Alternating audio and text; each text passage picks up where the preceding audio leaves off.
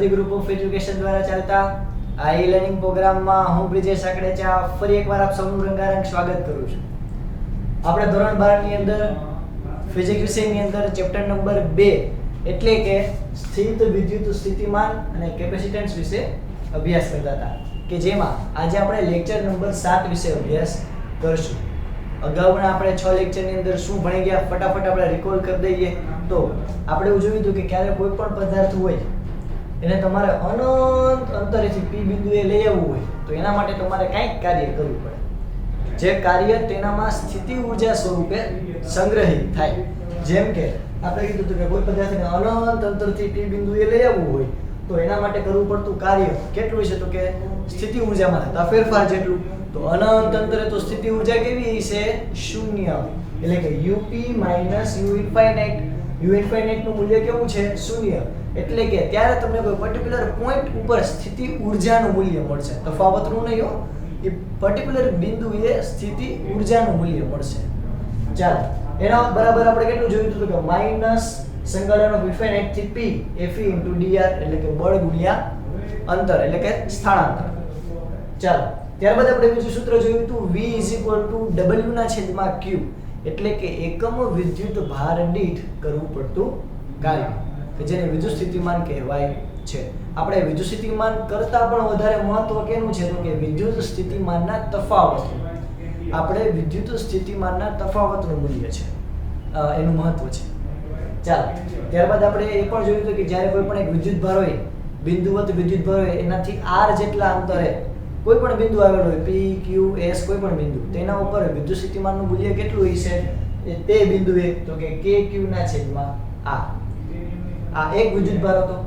આપણે જ્યારે બે વિદ્યુત ભારને ધ્યાનમાં લઈએ એટલે કે એક પ્રકારના વિજાતીય વિદ્યુત ભારને ધ્યાનમાં લઈ ડાયપોલને ધ્યાનમાં લઈ તો ત્યારે પ્લસ માઈનસ આ પ્રકારની ડાયપોલ થયું તો એનાથી r જેટલા અંતરે તેના મધ્ય બિંદુથી r જેટલા અંતરે કોઈ P બિંદુ આવેલું હોય તો તેના માટે વિદ્યુત સ્થિતિમાનનું સૂત્ર થશે Kp cos θ/r².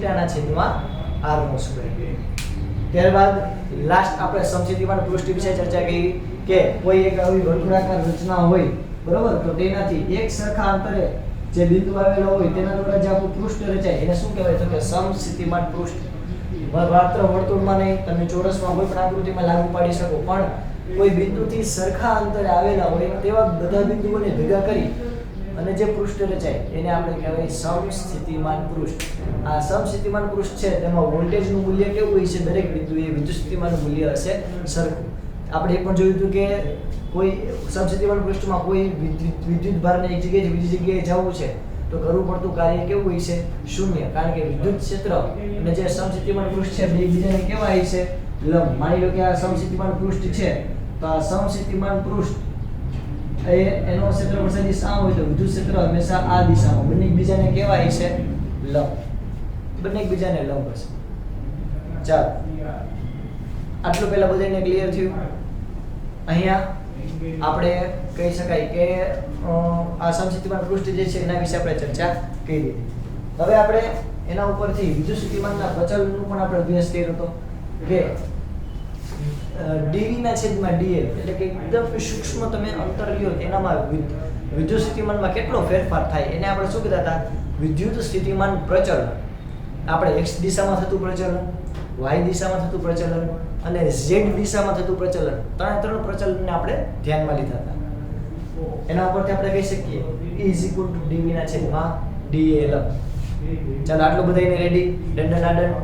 ઓકે ચાલો હવે આજના આપણા લેક્ચરની અંદર આપણે નવો જ ટોપિક શરૂઆત કરીએ છીએ કે જેનું નામ છે ટોપિક નંબર 2.7 વિદ્યુત ભારોના તંત્રની સ્થિતિ ઊર્જા. વિદ્યુત ભારોના તંત્રની સ્થિતિ ઊર્જા. હવે વિદ્યુત ભાર એટલે તમને બધાને ખબર છે તંત્ર એટલે તો કાંઈ એક વિદ્યુત ભારની વાત નથી થતી. જો તંત્ર શબ્દ આવ્યો એટલે કે ઘણા બધા વિદ્યુત ભારને ધ્યાનમાં લેવાના. તો વિદ્યુત ભારોના તંત્રની સ્થિતિ ઊર્જા એટલે આપણે કોઈ એક વિદ્યુત ભાર હોય તો કેટલી સ્થિતિ ઊર્જા હોય ને એવું તો આપણને ગોતતા આવડી મેળવતા આવડી. હવે આપણે ઘણા બધા વિદ્યુત ભાર હોય તો ઘણા બધા વિદ્યુત ભારને કારણે કેટલી સ્થિતિ ઊર્જા ઉદ્ભવે છે એના વિશે આપણે હવે ચર્ચા કરવાની છે. તો એના માટે આપણે સૌથી પહેલા તો એવું ધારીએ કે કોઈ Q1 અને Q2 નામના બે વિદ્યુત ભાર છે બરાબર ચિંટુ મિંટુની જેમ. બરાબર, ચીટુ મીટુની જેમ Q1 અને Q2 નામના બે વિદ્યુતભાર છે જેનું મૂલ્ય છે 0 નાના કે જે અનંત અંતરે આવેલા છે. ક્યાં આવેલા છે? તો કે અનંત અંતરે. એટલે આપણી પાસે બે વિદ્યુતભાર છે બહુ દૂર, સ્વર્ગમાં છે, સ્વર્ગ આપણને કહે, બે વિદ્યુતભાર છે. બરાબર, આપણે હવે એના દ્વારા જે તંત્ર બને આપણે સ્થિતિ ઊર્જા મેળવી છે. તો પહેલા તો વિદ્યુતભારને અનંત અંતરેથી આપેલા આપણું જે કંઈ પણ અવકાશી છે એમાં આપેલા કોઈ બિંદુએ, તમે કોઈ પણ બિંદુ ધારી એ બિંદુએ તમારે પહેલા એને લઈ આવવો પડશે કોઈ એક વિદ્યુતભારને. હવે હું કોઈ એક વિદ્યુતભાર છે, ફોર એક્ઝામ્પલ આ વિદ્યુતભારનું અનંત અંતરેથી અહીં લઈ આવું, તો મારે કરવું પડતું કાર્ય કેટલું હશે? તમે વિચારો જોઈએ કેટલું હોય કરવું પડતું કાર્ય. વેરી ગુડ, શૂન્ય. શું કામ શૂન્ય? કાર્ય કોઈ દી શૂન્ય શું કામ છે? કાર્ય શૂન્ય થાય. અરે ભાઈ, અહીંયા કઈ વિદ્યુત ક્ષેત્ર જ નથી, અવકાશ છે, કાંઈ નથી, અવકાશ. તો અવકાશની અંદર અનંત અંતરેથી તમારે કોઈ એક વિદ્યુતભારને લઈ આવ્યા, તો વિદ્યુત ક્ષેત્ર વિરુદ્ધ તમે કાર્ય કરો તો આપણે એના માટે તમારે કંઈક કાર્ય કરવું પડે. પણ અહીંયા તો વિદ્યુત ક્ષેત્ર જ નથી, કાંઈ નથી, કોરું પટ, ખુલ્લું મેદાન. તો તમારે વિદ્યુતભારને અહીંથી લઈ આવવા માટે કાંઈ કાર્ય નહીં કરવું પડે. તો અહીંયા પહેલા તો આપણે એવું લઈ લઈએ કે આવી રીતે જો આપણે આને ઉગમ બિંદુ લઈએ, આ ઉગમ બિંદુ O, ત્યાંથી આપણે કોઈ એક બિંદુ ધારીએ. ફોર એક્ઝામ્પલ આપણે હું કહી દઉં કે આ બિંદુ છે P, કે જે ઉગમ બિંદુથી r જેટલા r1 જેટલા સ્થાન સદિશ ધરાવે છે, આટલા અંતર આવેલું છે. બરોબર, તો આ બિંદુએ હું જ્યારે Q1 વિદ્યુતભારને લઈ આવું, આ બિંદુએ હું Q1 વિદ્યુતભારને લઈ આવું, તો એના માટે મારે કરવું પડતું કાર્ય કેવું હોય છે? તો કે શૂન્ય, કારણ કે અહીં કઈ વિદ્યુત ક્ષેત્ર જ નથી. એટલે આપણે પહેલા તો અહીં Q1 વિદ્યુતભારને લઈ આવ્યો, તો Q1 અને Q2 બંને અનંત અંતરે છે. ક્યાં છે વિદ્યાર્થી મિત્રો? અનંત અંતરે છે. આ Q1 ને અનંત અંતરેથી r બિંદુએ લાવવા માટે તમારે કરવું પડતું કાર્ય કેટલું હશે? તો કરવું પડતું કાર્ય હશે W 0, કારણ કે અહીં કઈ વિદ્યુત ક્ષેત્ર જ નથી. તમે લાસ્ટ લેક્ચરની અંદર જ ભણી ગયા હતા વિદ્યુત ક્ષેત્ર અને કાર્ય વચ્ચે શું સંબંધ છે?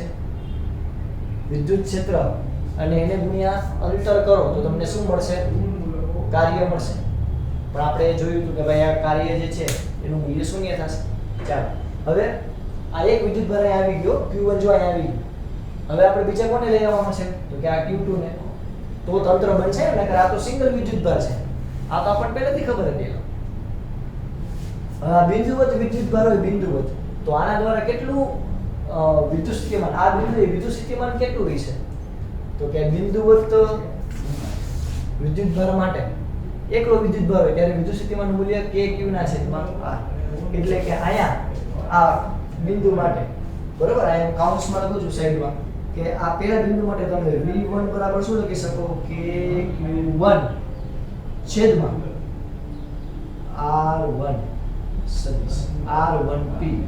આ R1 થી P બિંદુ સુધી આ સ્થાન સદિશને ધ્યાન રાખવાનું. KQ ના છેદમાં સિમ્પલ ચંપુ જેવું કાંઈ નથી. ચાલો, તો આપણને પહેલા આ એક વિદ્યુતભાર આપણે પ્લોટ કર્યો, એક વિદ્યુતભાર આપણે મૂકી દીધો. હવે આપણે બીજો વિદ્યુતભાર લઈ આવશે તો તંત્ર બનશે ને. એકલા તંત્ર ન બને, ઘણા બધા વિદ્યુતભારોને લઈ આવવા પડે તો સિસ્ટમ બને, તંત્ર બને. તો આપણે અનંત અંતરેથી જે બીજો વિદ્યુતભારને લઈ આવશે. હવે જ્યારે બીજા વિદ્યુતભારને લઈ આવશે ને ત્યારે કાર્ય શૂન્ય નહીં થાય. શું કામ નહીં થાય? તો કે જો આ એક વિદ્યુતભાર પડ્યો છે, એક સિંહ પડ્યો, હું એની નજીક કોઈ બીજો સિંહ લઈ આવું એટલે ગમશે નહીં, બાદ છે ભાઈ, હું એક જ રાજા.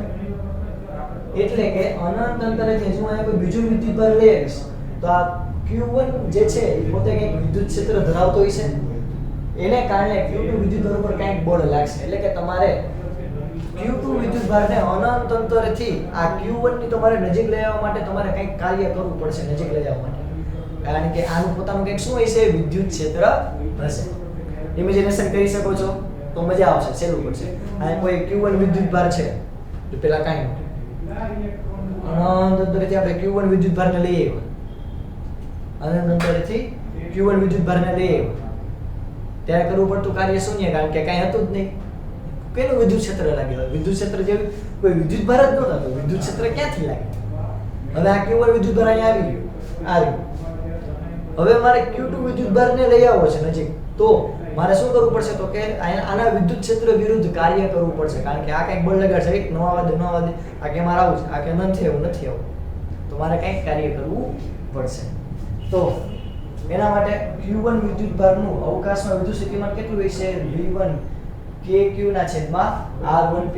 બરોબર, આપણે નીચે લખેલું છે એટલે અહીંયા પૂછી નાખું. ચાલો, અહીંયા આપણે આ બિંદુ આપણે કેવી રીતે એવી ખબર પડી અને એનું આપણે વિદ્યુત સ્થિતિમાન મેળવ્યું. હવે Q1 ના વિદ્યુત ક્ષેત્રમાં અનંત અંતરથી Q2 વિદ્યુતભારને R2 અંતરે લઈ આવવા માટે, બરોબર, આપણે એમ ધારીએ કે આપણે આ કોઈ Q બિંદુ છે, આ Q બિંદુ નું ઉગમ બિંદુથી અંતર કેટલું છે તો કે R2 જેટલું. તો અનંત અંતરથી Q1 ના વિદ્યુત ક્ષેત્રમાં Q2 વિદ્યુતભારને R2 જેટલા અંતરે લાવવા માટે કેટલું કાર્ય કરવું પડશે? અરે યાર, કાર્યનું સૂત્ર તમને ખબર છે, આના પરથી કાર્યનું સૂત્ર આવડે. આના પરથી કાર્ય બરાબર શું થાય? V * Q. તો આ એમ લખી શકું કે કાર્ય W2 કેટલું થાય? કાર્ય તો કે Q2 એટલે કે વિદ્યુતભાર, અને ક્યાં વિદ્યુત સ્થિતિમાન લાગશે તો કે Q1 નું પોતે કઈ વિદ્યુત સ્થિતિમાન લાગશે, આનું કઈ વિદ્યુત સ્થિતિમાન લાગશે ને આના ઉપર, એટલે કે Q2 * V1. અરે યાર, ચાલો આપણે ફટાફટ કિંમત મૂકીએ. તો શું થશે? Q2 કૌંસમાં KQ1 એના છેદમાં આ બંને વચ્ચેનું અંતર, તો આ R1 છે, આ R2 છે. તો અહીંયા પણ એક બિંદુ આવેલું છે Q2 વિદ્યુતભાર વાળું, એટલે હું એને જો અહીંયા દર્શાવું ઝૂમ કરીને. Q2 આ Q1 છે, આ Q2 છે, બે વચ્ચેનું અંતર કેટલું થાય? બે વચ્ચેનું અંતર થાય R12. ચાલો, તો આના ઉપરથી R12. ચાલો, ડન. તો આના ઉપરથી W2 બરાબર શું થાય? આપણે આને પ્રોપર હજી અરેન્જ કરીએ તો કે Q1 Q2 એના છેદમાં R1 સદિશ લ્યો છે કઈ નો કાઈ. તો અહીંયા આપણને કાર્ય મળ્યું, કેટલું મળ્યું તો કે KQ1 Q2 ના છેદમાં R1. તમને એમ થશે કે આપણે આ કાર્ય શું કામ ગોત્યું? આપણે તો સ્થિતિ ઊર્જા ગોત્યું. અરે ના, ભૂલી ગયા. અનંત અંતરથી તમે જેટલું કંઈ કાર્ય કરો એ કાર્ય કેમાં સંગ્રહિત થાય? સ્થિતિ ઊર્જામાં. તો પહેલા આપણે બધા દ્વારા થતું કાર્ય મેળવશે, પછી બધાનો સરવાળો કરીને સ્થિતિ ઊર્જા મેળવશે. ચાલો, આ બધાને ક્લિયર છે? ઓકે, એક તમને સાવ સિમ્પલ વિચાર, હાવ સિમ્પલ. બરાબર, જો આપણને ખબર છે કે F શું થાય? F * R. ચાલો, F એટલે તો કે KQ1 Q2 ના છેદમાં R નો સ્ક્વેર, એને ગુણ્યા R. તો એકવાર કેન્સલ કરે. W બરાબર ડાયરેક્ટ શું લખી શકો? KQ1 Q2 એના છેદમાં R. લ્યો, આમે તમે ડાયરેક્ટ કરી લો 3 સ્ટેપ. પણ આપણે પ્રોપર સ્થાન સદિશ દર્શાવી અને પ્રોપર રીતે આપણે સમજીએ છીએ. બાકી હકીકતમાં સૂત્ર આવી રીતે તમે ડાયરેક્ટ મેળવી શકો કે W = KQ1 Q2 ના છેદમાં R થાય. ઓકે, ચાલો આપણે પૂછી નાખીએ. આ ખાલી એક્સ્ટ્રા માહિતી માટે મેં તમને કીધું. ચાલો, હવે આપણે અહીંયા ખબર છે કે જેટલું પણ આપણે કાર્ય કરશે એ બધું કાર્ય કેમાં સંગ્રહિત થશે તો કે સ્થિતિ ઊર્જાના સ્વરૂપમાં સંગ્રહિત થશે. કારણ કે અહીં સ્થિત વિદ્યુત બળ એ કેવા પ્રકારનું બળ છે તો કે એક પ્રકારનું સંરક્ષણ બળ છે. એટલે કે આપણને ખબર છે કે એનું સર્જન કે વિનાશ શક્ય નથી, માત્ર એક સ્વરૂપમાંથી બીજા સ્વરૂપમાં રૂપાંતર થાય.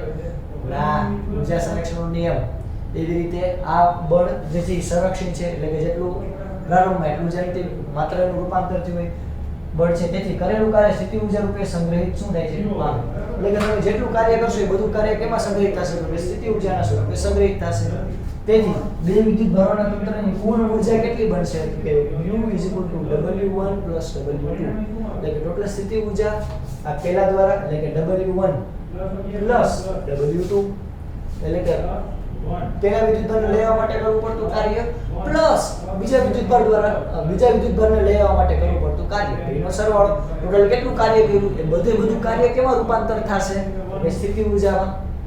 તો W1 તો છે 0, W2 કેટલું મેળવ્યું? KQ1 Q2 ના છેદમાં R12. ચાલો, અહીંયા આપણે બહુ એક નોંધવા જેવી બાબત તમને કહું કે અહીંયા આપણે એના ઉપરથી આપણે એમ કહી શકીએ કે U = શું થાય? KQ1 Q2 ના છેદમાં R12. આ બે વિદ્યુતભાર હોય, બે વિદ્યુતભારના તંત્રથી તમને કેટલી સ્થિતિ ઊર્જા મળે એ તમને મળી. અહીંયા જો સ્થિતિ ઊર્જા જે છે કેના સમપ્રમાણમાં છે? તો કે વિદ્યુતભારના ગુણાકારના સમપ્રમાણમાં, તેમની વચ્ચેના અંતરના વર્ગના વ્યસ્ત પ્રમાણમાં. તો અહીંયા જો Q1 અને Q2 એટલે કે Q1 અને Q2 જે છે બંને ધન હોય, બંનેનો ગુણાકાર પોઝિટિવ હોય, બેનો તમને ગુણાકાર પોઝિટિવ આવે તો સ્થિતિ ઊર્જા U નું મૂલ્ય પણ કેવું આવશે? પોઝિટિવ. એટલે કે કાં તો બંને કેવા હોવા જોઈએ? Q1 અને Q2 બંને પોઝિટિવ હોવા જોઈએ, અથવા તો Q1 અને Q2 બંને નેગેટિવ હોવા જોઈએ. તો આ રીતનો તમે કિસ્સો વિચારી શકો. બીજું આપણે એમ વિચારી શકીએ કે Q1 અને Q2 એનું મૂલ્ય 0 કરતા ઓછું હોય, એક ધન હોય અને એક ઋણ હોય, તો સ્થિતિ ઊર્જાનું મૂલ્ય પણ કેવું આવશે? નેગેટિવ આવશે. એટલે કે મોટા ભાગની ઊર્જા ગતિ ઊર્જા સ્વરૂપે સંગ્રહિત આવશે, બે એકબીજાનું આકર્ષણ અતિશય અનુભવ છે.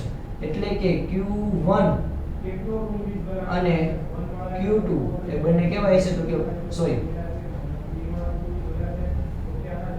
Q1 અથવા Q2 બંને પોઝિટિવ હોવા જોઈએ, બેમાંથી કોઈ એક, અને Q2 અથવા તો Q1 બેમાંથી કોઈ એક કેવા હોવા જોઈએ? નેગેટિવ. એટલે કે બેની નિશાની અલગ અલગ હોવી જોઈએ. તો તમને ગુણાકાર કેવો મળશે? ઋણ. ગુણાકાર ઋણ મળે તો સ્થિતિ ઊર્જાનું મૂલ્ય પણ મળે ઋણ. તો ધીસ ઇઝ અ પહેલું, ધીસ ઇઝ અ બીજું. બે બાબત આપણે ધ્યાનમાં રાખી શકીએ. ચાલો આટલું બધાને ડર. તો આપણે વિદ્યુતભાર દ્વારા કહી શકાય કે કોઈ એક વિદ્યુતભારને લેવા માટે કરવું પડતું કાર્ય પ્લસ બીજા વિદ્યુતભારને લેવા માટે કરવું પડતું કાર્ય, એ ટોટલ કાર્ય મેળવી બધાને સ્થિતિ ઊર્જા કેટલી થાય, એટલે કે જેટલી પણ કાર્ય પણ છે બધું સ્થિતિ ઊર્જામાં કન્વર્ટ થાય એ આપણે જોયું. ચાલો આટલું બધાને ક્લિયર એવું હું ધારી લઉં છું. હવે આગળ તો કે બે વિદ્યુતભારના તંત્રની સ્થિતિ ઊર્જા તેમના ગુણાકારના સમપ્રમાણમાં અને તેમની વચ્ચેના અંતરના વર્ગના વ્યસ્ત પ્રમાણમાં, સોરી અંતરના વ્યસ્ત પ્રમાણમાં હોય, અહીંયા વર્ગ નહીં આવે એટલે બળ થઈ ગયું. લ્યો આમાં કઈ નવી નવાઈ ના, આપણને ખબર જ છે, વી આર વેરી વેરી હોશિયાર. ચાલો હવે ત્યારબાદ આગળ વધીએ. અહીંયા આપણે બે વિદ્યુતભારને ધ્યાનમાં લીધા. જો આપણી પાસે ત્રણ વિદ્યુતભાર હોય તો ફોર એક્ઝામ્પલ હું અહીંયા કોઈ એક આકૃતિ દોરું કે અહીંયા Q3 વિદ્યુતભાર છે, અહીંયા Q2 વિદ્યુતભાર છે અને અહીંયા Q1 વિદ્યુતભાર છે. બરોબર. ચાલો આ બે વચ્ચેના અંતરના સ્થાન સદિશ હું R23 વડે દર્શાવું, આ બે વચ્ચેના સ્થાન સદિશને R12 વડે દર્શાવું અને આ બે વચ્ચેના સ્થાન સદિશને R13 વડે દર્શાવું. તો ટોટલ સ્થિતિ ઊર્જાનું મૂલ્ય કેટલું થશે? હવે તમને આવડવું જોઈએ, તમારું પણ છોડું છું. Yes, very good. ટોટલ સ્થિતિ ઊર્જા U કેટલું થાય? તો કે W1 plus W2 plus W3. એટલે કે કોઈ એક વિદ્યુતભારને તમે લઈ આવો, કોઈ સિંગલ પહેલા કોઈ એકને લઈ આવો તો કાર્ય શૂન્ય થશે. હવે એમાં તમારે ત્રણ વસ્તુ, એમાં તમારે બીજા કોઈ વિદ્યુતભારને લઈ આવો, મેં કોઈ Q1 વિદ્યુતભારને મૂક્યો તો કાર્ય શૂન્ય. હવે મારે Q2 વિદ્યુતભારને મૂકું તો કાર્ય કેટલું થશે? તો કે K Q1 Q2 ના છેદમાં R1. આટલી પ્રોસેસ મેં. હવે આની આ સ્થિતિની અંદર કોઈ કઈ ત્રીજો વિદ્યુતભાર મૂક્યો તો એના ઉપર પહેલા દ્વારા બળ લાગશે, બીજા દ્વારા બળ લાગશે, એટલે કંઈક આવી રીતે ત્રિકોણ બનશે. તો ટોટલ તમને સ્થિતિ ઊર્જાનું મૂલ્ય કેટલું મળશે? ટોટલ સ્થિતિ ઊર્જાનું મૂલ્ય તો કે K Q1 Q2 એના છેદમાં R12. આટલું તો હતું જ, બે હતા ત્યારે. હવે કોઈ ત્રીજો વિદ્યુતભાર આવ્યો, જો આ આકૃતિમાં છે ત્રીજો વિદ્યુતભાર આવ્યો તો આના દ્વારા એના ઉપર બળ લાગશે, આના દ્વારા એના ઉપર બળ લાગશે. ટોટલ કેટલા બળ આવ્યું? એટલે કેટલા તમારે કાર્ય કરવા પડશે? બે. કેટલા સોરી બળ લાગશે? તો કે બે. એટલે તમે શું લખી શકો? પ્લસ K Q આના દ્વારા એના ઉપર લાગે. માની લો કે અહીંયા ત્રીજો કોણ આવેલો હોય, બરોબર? અહીંયા માની લો કે આમ ત્રીજો કોણ આવેલો હોય તો 1 અને 3 એની વચ્ચેનું કોમ્બિનેશન, એટલે કે Q1 Q3 ના છેદમાં R13 પ્લસ Q2 અને Q3 એના છેદમાં R23. ટોટલ 3 તમને આપે, 3 કોણ? તો ઓબવિયસ વાત છે કે બે દ્વારા તો તમને આવી રીતે સ્થિતિ ઊર્જા મળશે. હવે ત્રીજો પરિણામ મૂકે આ એના ઉપર લગાડશે, આ એના ઉપર કંઈક બળ લગાડશે, એટલે કંઈક આ રીતે તમને સ્થિતિ ઊર્જા મળશે. તો તમને 4 કણ આપે તો વિચાર કરો, 4 કણ આપે તો ઓકે સમજ. જો તમને એમ આવી કે 4 કણ આપે છે, ફોર એક્ઝામ્પલ આ 1, આ 2, આ 3 અને આ 4. તમને 4 કણ આપ્યા છે જગતની માલિકા. જો 4 હવે આનું નામ આપી દઉં, પહેલું, બીજું, ત્રીજું અને ચોથું. હવે જ્યારે હું અનંત અંતરથી આને હું લઈ આવીશ, જો આને બ્લેક તરીકે દર્શાવું, જો બ્લેક અનંત અંતરથી આને લઈ આવું, તમારે કરવું પડતું કાર્ય કેટલું હશે? 0. હવે હું અનંત અંતરથી આ બીજા બિંદુને લઈ આવું, તમારે કરવું પડતું કાર્ય કેટલું હશે? તો કે આના દ્વારા લાગે એટલું, એટલે કે W2 બરાબર કેટલું થાય? તો કે K Q1 Q2 ના છેદમાં R2. જો આ Q1 હોય અને આ Q2 હોય આટલો ડન. ઓકે, હવે આ Q3 માટે તમારું શું કેવું? Q3 આ Q3 ની નજીક લઈ આવું તો કઈ રીતે બળ લાગશે? તો આના દ્વારા આના પર બળ લાગશે, આના દ્વારા આના પર લાગશે, વિદ્યુતીય બળની અસર લાગશે, વિદ્યુત ક્ષેત્ર આનું અનુભવશે, આનું અનુભવશે. તો આ 3 માટે W3 માટે તમે શું કહી શકો? તો કે Q1 દ્વારા લાગે E પ્લસ, એટલે કે Q1 દ્વારા લાગતું બળ કેટલું હશે? તો કે આપણે આ બે વચ્ચેનું અંતર કેટલું લેવું છે? તો અંદર અત્યારના લઈ આલો √2a, આ બધી a બાજુ હોય, આ બે બધા વચ્ચેનું અંતર a હોય, તો આ √2a થાય. તો આ કેટલું થાય? તો કે K Q1 ના છેદમાં √2a, K Q ના છેદમાં K Q1 Q2 ના છેદમાં √2a. ચાલો હવે આના દ્વારા કેટલું બળ લાગશે? એ તો સિમ્પલ છે, કેટલું? K Q2 Q3 ના છેદમાં a. હવે આ ચોથા કણ દ્વારા કેટલું બળ લાગશે? ચોથા કણ દ્વારા તો કે આના દ્વારા લાગતું બળ, આના દ્વારા લાગતું બળ અને આના દ્વારા લાગતું બળ. ટોટલ તમે જોવા જાવ ને તો આ 1 2 3 અને હજી આ ચોથા બિંદુ જે છે ને એના કેટલા આવે ખબર? એના પણ 3 આવશે. જો કઈ રીતે હું અહીં લખું છું, W4 ઇક્વલ આના દ્વારા લાગતું, આના દ્વારા થતું કાર્ય K Q1 Q4 ના છેદમાં a, આના દ્વારા લાગતું કાર્ય plus K Q1 Q2 sorry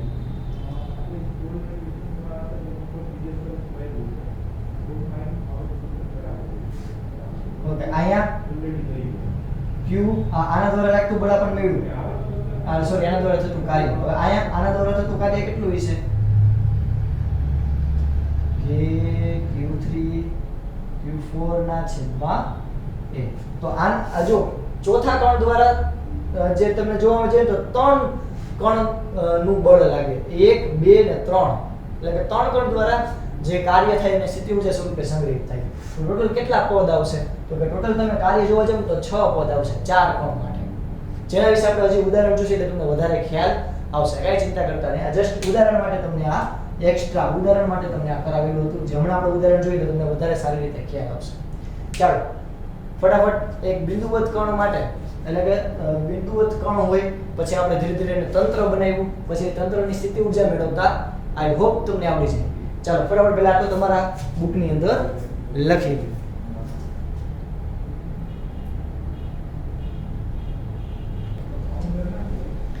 ચાલો વિદ્યાર્થી મિત્રો, આપણે આ કન્સેપ્ટને લગતા ફરી પાછું એક આપણે ઉદાહરણ લઈ લઈએ. તો આપણી ટેક્સ્ટબુકમાં આપેલું છે ઉદાહરણ નંબર 2.4. ઉદાહરણ નંબર 2.4. ઉદાહરણ નંબર 2.4 કે જેની રકમ તમે સ્ક્રીન ઉપર જોઈ શકશો. આપણને કીધેલું છે કે આકૃતિમાં દર્શાવ્યા મુજબ ડી બાજુવાળા ચોરસ ABCD ના શિરોબિંદુ ઉપર 4 વિદ્યુત ભારો ગોઠવેલ છે. આકૃતિમાં આપણે એવું છે એ મુજબ 4 વિદ્યુત ભારો શિરોબિંદુ ઉપર ગોઠવેલા છે ચોરસના, નહીં તમારા નહીં મારા. આગળ કીધું છે કે આ ગોઠવણીને પ્રાપ્ત કરવા માટે જરૂરી કાર્ય શોધો, એટલે કે એના માટે તમારે કેટલું કાર્ય કરવું પડશે એ આપણે મેળવવાનું છે. અને 4 વિદ્યુત ભારોને તે શિરોબિંદુ ઉપર જકડી રાખીને વિદ્યુત ભાર Q0 ને ચોરસના કેન્દ્ર ઉપર મૂકવું છે. એટલે તમે આ 4 વિદ્યુત ભારોને મૂકી દો શિરોબિંદુ ઉપર, પછી તમારે કેન્દ્રમાં Q0 વિદ્યુત ભાર મૂકવું છે. તો એના માટે તમારે કહી શકાય કેટલું કાર્ય જરૂરી છે, વધારાનું કેટલું કાર્ય કરવું પડશે એ આપણે અહીંયા કહેવાનું છે. તો સૌથી પહેલા આકૃતિમાં દેખાય એ મુજબ આપણે પહેલા તો એક મસ્ત મજાની આપણી રૂઢિરણની આપણે આકૃતિ દોરી લઈએ.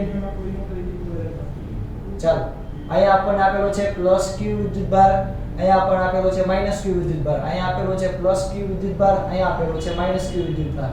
આ ચાર શિરોબિંદુઓ છે એના હું અહીંયા નામ આપી દઉં છું.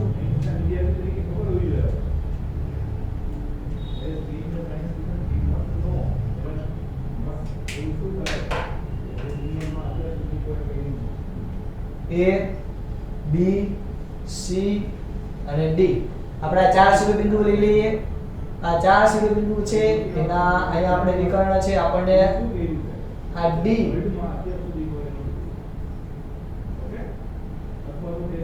આપણને અંતર આપેલું છે દરેક બાજુનું. તો ઓબ્વિયસ વાત છે કે આ વિકર્ણની લંબાઈ કેટલી થાય તો કે 2D એટલે કે √2D આ વિકર્ણની લંબાઈ થશે. અને અહીંયા કહી શકાય કે વચ્ચે મધ્યબિંદુ આવેલું છે જેનું નામ આપી દઉં O. ચાલો, આપણને એક આવી રીતની રચના આપેલી છે. આપણે કીધું છે કે દરેક વિદ્યુતભારને લઈ આવવા માટે તમારે ટોટલ કાર્ય મેળવવાનું છે. સ્ટાર્ટ કરીએ આપણે સૌથી પહેલા. ચાલો, સૌથી પહેલા અહીં આપણે એક કામ કરીએ, આ જગ્યા બાકી રાખીએ, અહીંયાથી શરૂઆત કરીએ.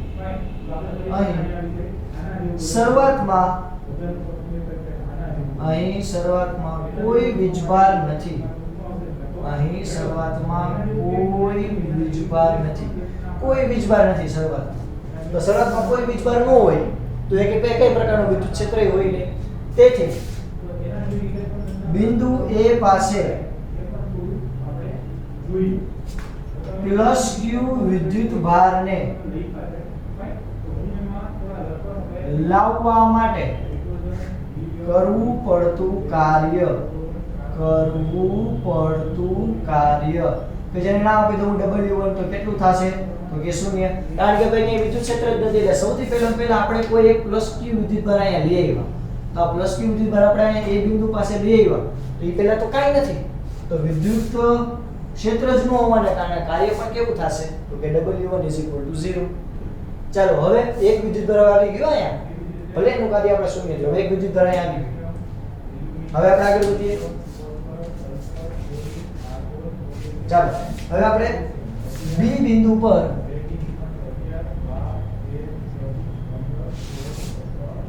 -q વિદ્યુત ભારને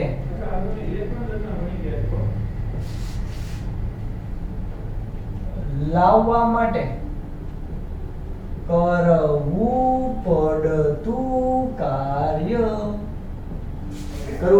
કેટલું હશે તો કે જેટલું કરવું પડતું કાર્યને જેનું નામ આપી દઉં W2.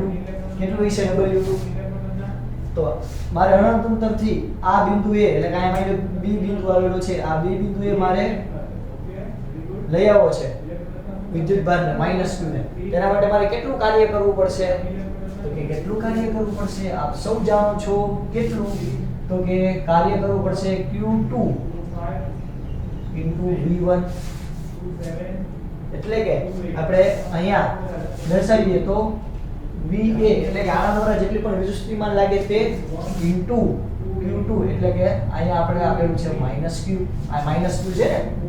ચાલો, તો આપણને W2 નું મૂલ્ય કેટલું મળશે તો કે -q કૌંસમાં આનો પર વિદ્યુતસ્થિતિમાનનું મૂલ્ય કેટલું હશે KQ એના છેદમાં બંને વચ્ચેનું અંતર કેટલું છે? આ બંને વચ્ચેનું અંતર કેટલું છે તો કે D જેટલું. આ બંને વચ્ચેનું અંતર એટલે કે D. તો આપણને W2 નું વેલ્યુ કેટલી મળી તો કે -kq² એના છેદમાં D. અહીંયા આપણે આ W2 ની વેલ્યુ કઈ આવી મળી. એટલે કે B બિંદુ પાસે વિદ્યુતભારને લેવા માટે તમારે કરવું પડતું કાર્ય કેટલું હશે તો કે આટલું. ચાલો, હવે ત્રીજા બિંદુની આપણે ચર્ચા કરીએ. ત્રીજો બિંદુ ક્યાં આવેલું છે યાદ કરો. અહીંયા નીચે આ C બિંદુ. સોરી, C નહીં, આપણે પ્લસ એટલે કે આ C બિંદુ.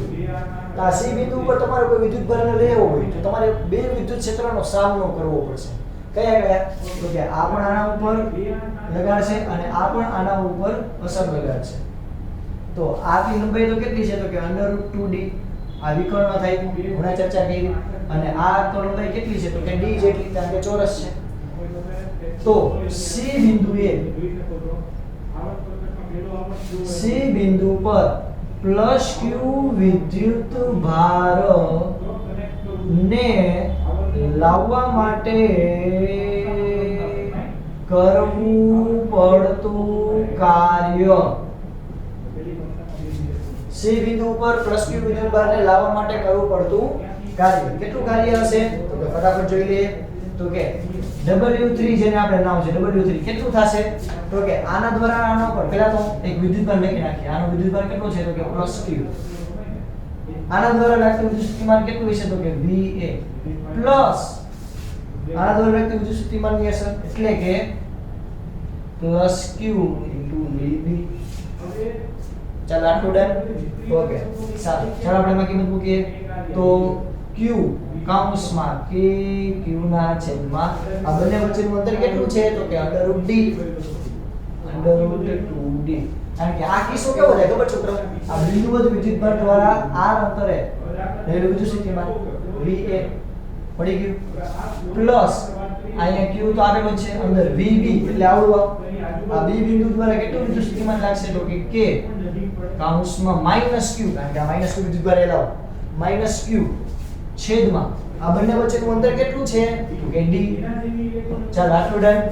આ માઈનસ નિશાની આપણે બહાર કાઢીએ તો શું વધશે તો કે kq² ના છેદમાં √2d માઈનસ kq² ના છેદમાં d.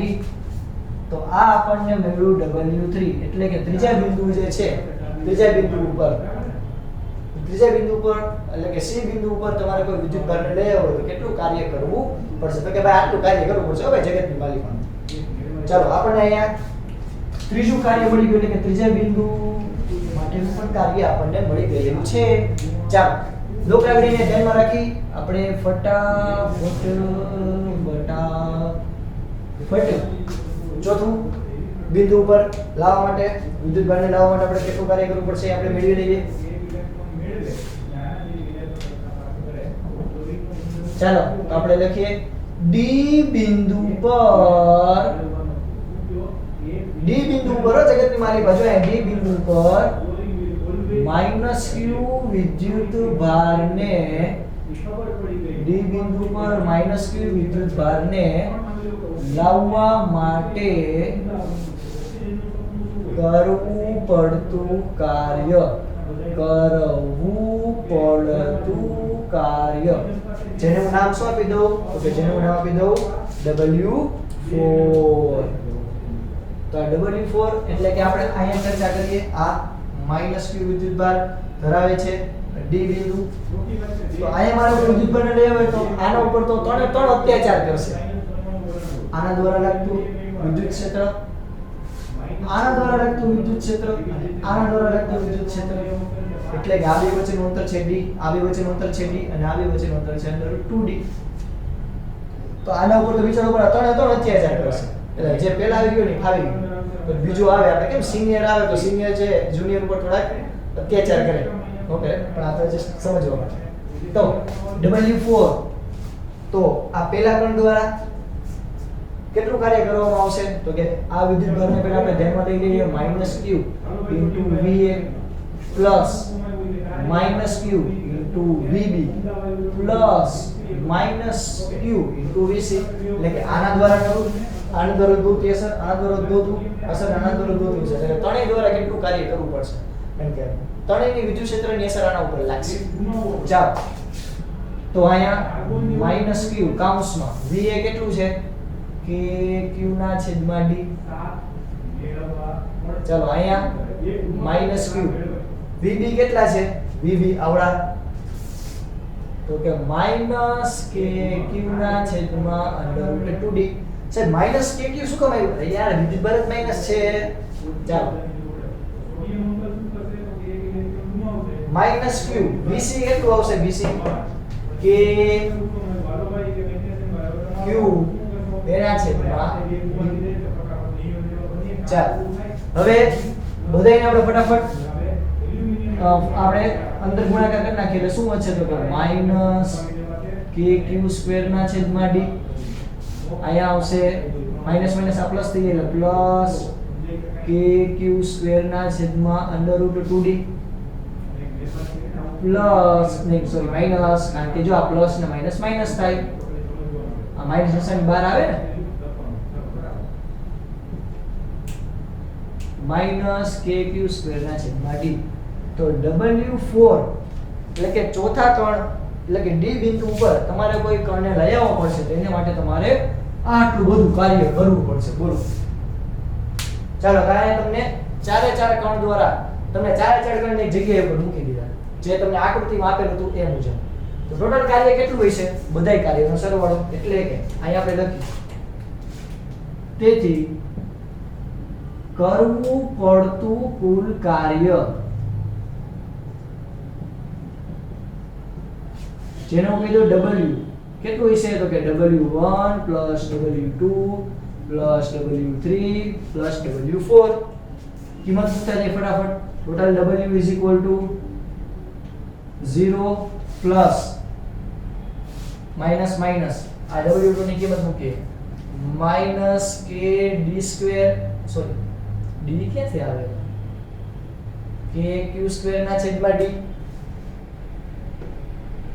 પ્લસ kq² ના છેદમાં √2d માઈનસ kq² ના છેદમાં d માઈનસ kq² ના છેદમાં d પ્લસ kq² ના છેદમાં √2d માઈનસ kq² ના છેદમાં d. આઈ હોપ તમને બધાને પૂરેપૂરી સ્ક્રીન દેખાતી હશે. દેખાય છે? ચાલો કાંઈ વાંધો નથી, બનેલી ભીગી કરવાની ટ્રાય કરી. ઓકે, આપણે આ બધાને હાગમટે લાઈનમાં મૂક્યા. w1 એટલે આર્યું 0, w2 આર્યું, w3 આર્યા બે સ્ટેપ, અને w4 એટલે હું હજી તમને સારી રીતે સમજાય એટલે જો અહીં લખી નાખું છું. આ શું છે? તો કે w1. આ બી શું છે? સોરી, આ જ માત્ર શું છે? તો કે w2. આ બે સ્ટેપ કેના છે? તો કે w3. અને વાહેના ત્રણ સ્ટેપ કેના છે? તો કે w4. ચાલો હવે તમે ધ્યાનથી જુઓ તો આ 1 2 3 અને 4 ચાર વાર આવેલા છે kq² ના છેદમાં d.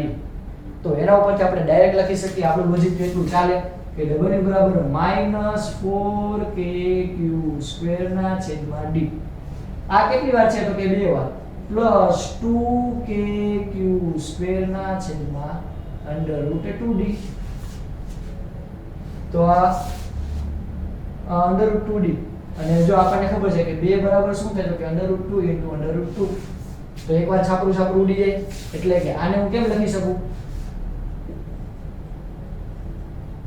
બે માંથી પહેલા તો જો હું છે ને kq²